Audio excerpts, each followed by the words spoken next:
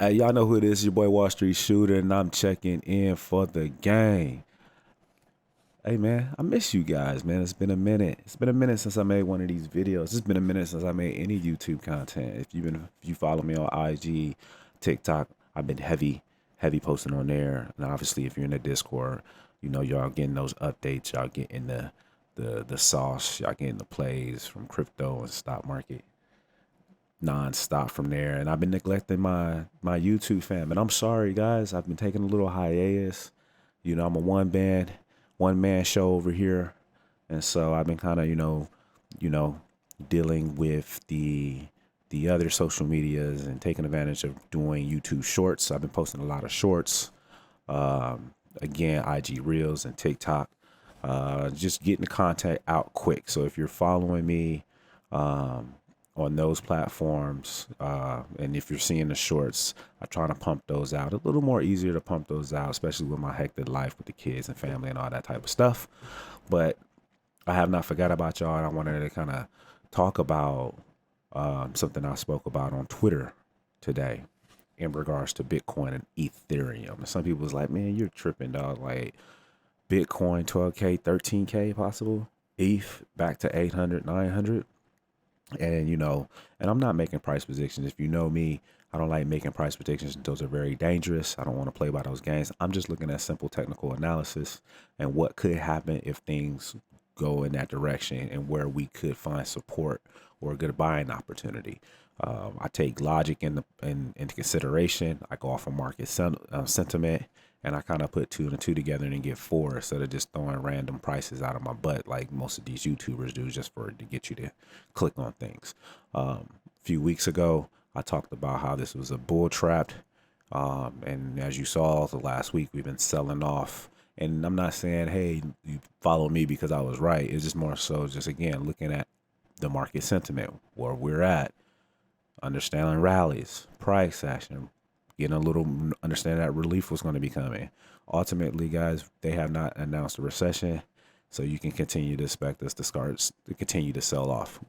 As I always say, good buying opportunity. If you go in a Foot Locker, they say the whole store is 50% off. You're going to get excited and buy up every Jordan that you can get your hands on. I look at the stock market as my Foot Locker.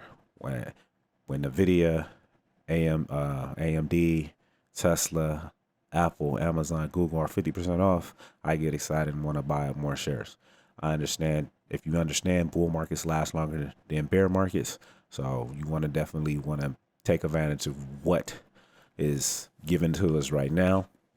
In 2 or 3 years, you don't want to be like, dang, I wish I would have bought more, et cetera, et cetera. We all do it. I'm pretty sure I'm going to say it when the bull market kick off as well too. But that's neither here nor there. Let's get into the tweet, the Bitcoin ETH conversation I was having on Twitter. So I got a chart here. I'm using TradingView, free version. So if you see some pop-ups, you know what it is. I'm not paying for it.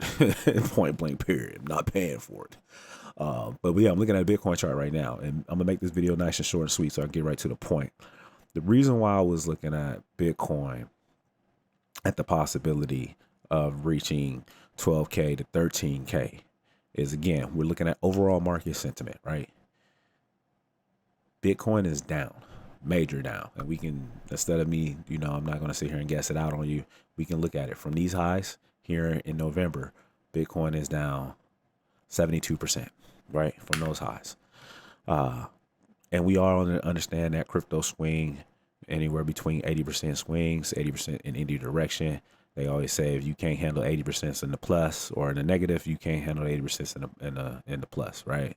So we still have some room. We're at 72%. So we're looking at another 8%, right? Let's just go off of that, right? So we're looking at these lows right now at 18.55, and I'll just grab the low as best as I can. Another 8% will put us roughly about 15,864, right? And that's the bottom of this particular green zone right here. This green zone represents a supply zone. So let's go back a little bit and let's look at this supply zone. So you have this nice built up structure back here in November of 2020, right? Consolidated crab walking, and then we just ripped, right? As you can see, big price action in a demand, I said supply, excuse me, demand zone. big price action, institutional money, big dollars, big whales start pumping this thing up right between this 18,000, this between 17 and 18,000. We ripped out of here, creating this demand zone, right? High demand. Demand is supply and demand. Demand is when the price pops in the upward direction. I might be saying that wrong. I'm pretty sure somebody will correct me on that. Listen, supply and demand. The demand is when there's a large price action or a large buying pressure that pushes the price action to the north, right? As you can see, we ripped all the way up, and this run alone, I mean, if you're looking at from the beginning of this to the high of that, that was 132% rip within a 2-month span, right? So just looking at that, right? We created this demand zone, right? Buyers came in, profits got up to 41,009. Bitcoin pulled back pretty much between the 9 and the 21, and then they had another rally, right? So when they pulled back down to 28,000, right? We'll take that low, take that high, and did another, let's just say 100% rally, right? And we kind of just did that, right? All the way up to we got to 65K per coin. And since then, we've been pretty much just pulling back. Now, remember, this is the structure of the meat of the move before the move, right? So this was the consolidation before we actually ripped up right here in between, let's just say November 30th all the way to December 14th. So about a good, we'll just call it a month, right? About a good month of buying consolidation. Well, if you look and scale back out, and I always tell you guys, always scale out. When in doubt, zoom out, baby. When in doubt, zoom out on the chart to kind of see where we were at and where we're coming from, right? Where we came from and where we at. So we know we have this structure right here, this demand zone. We ripped. We did not test it until when? Now. We tested it back in June. Well, actually, we want to go back. Beginning of the 14th of June. We tested a few more times in July. And now we're testing it right now and we're losing it. Now, one thing about these zones, right? We understand that a demand zone is where buyers are at, right? And we've tested this area multiple times. Now, these zones do become invalid, right? If they don't start pushing the needle, excuse me, these zones as more time these zones get touched, the quicker they become invalid, or they become invalid, right? And as you can see, we're now in the middle of this zone previously, right? So we have two directions, right? Two options here. We can either bounce and continue to push up. Excuse me, guys, getting over a little cold. Push back up out of this demand zone and start creating some higher highs and higher lows and a new uptrend. Or we can totally reject this buying zone, which if we continue to bounce in, becomes invalid. We can reject this, and this being a heavy structure of support, lose this support totally and move into the next zone. Now, this next zone was created back in November 10/20. We're looking at 16 to 14,000, right? Very weak zone. If we look, you can see there's hardly no structure there. We literally had 1 day of red before we went into the uptrend. Very weak structure there, right? So knowing that if this structure here fails, the markets continue to sell off. There's still uncertainty in the market on both sides, the crypto and stock market. There's still uncertainty. We know as investors, we do not like uncertainty. Therefore, big money will start taking profits and start selling off. We still got the Fed is still trying to fight inflation. Like I mentioned this a month ago. It's going to get worse before it gets good, before it gets any better, right? It's going to get worse before it gets better. And we have not seen the worst of it because they still have not said the recession. They have not said the R word. They haven't mentioned the recession. The recession is definitely going to come. It's going to have to come. It's going to have to help with the inflation. The markets and everything have to smooth over. We're going to need the recession. It's been 12 years since the last recession. Recession is not a bad thing, but it's definitely going to come. I'm not trying to be a Debbie Downer. I am definitely a bull by heart. But at the end of the day, you have to play both sides of the fence, which means we are wolves, baby. Wolves all day. We are the apex predator. And we take advantage in all the markets, regardless they're good and bad. In this case, we can expect that there will probably be some more selling pressure happening here. And I'm just looking at the chart. If we lose this demand zone, the next demand zone we have is very weak. I just showed you on a chart. That takes us from 16 to 14K. Where does the 12 and 13 come in? Our next big structure is right here. This area of 13,000 all the way down here to 12,005. That's our next line of decent structure right in here in this zone right here. I'll draw it out for you. Right? This is our next best thing. Our next best structure right here. I can tighten that up a little bit. Between 13 and 12.8. So I rounded up to 12 to 13. That's our next best structure. If we lose our current structure right now and rip right through, let me zoom back out. Sorry, guys. You can tell I'm a think or swim guy. I'm over here double clicking, messing the chart up. You can tell. Let me fix this real quick. Auto fix. There we go. If we lose this structure, the next following support line is very weak.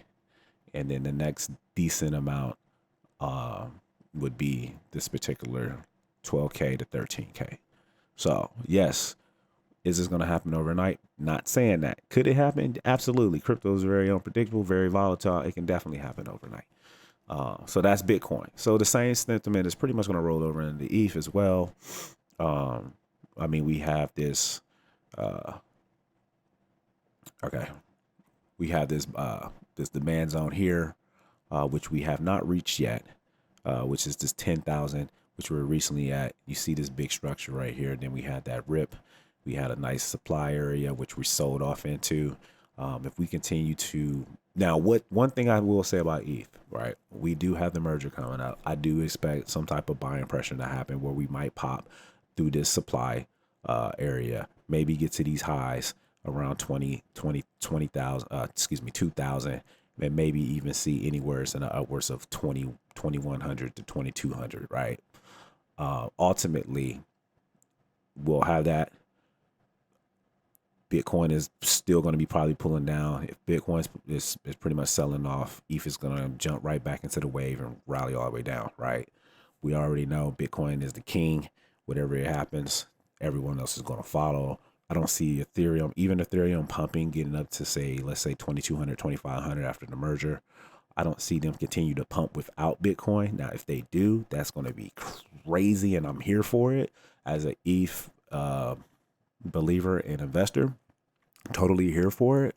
But if anything, if I mean, you can't beat market sentiment, and Bitcoin is the market sentiment. If Bitcoin is selling off during that time, I expect ETH to lag, but ultimately catch back up.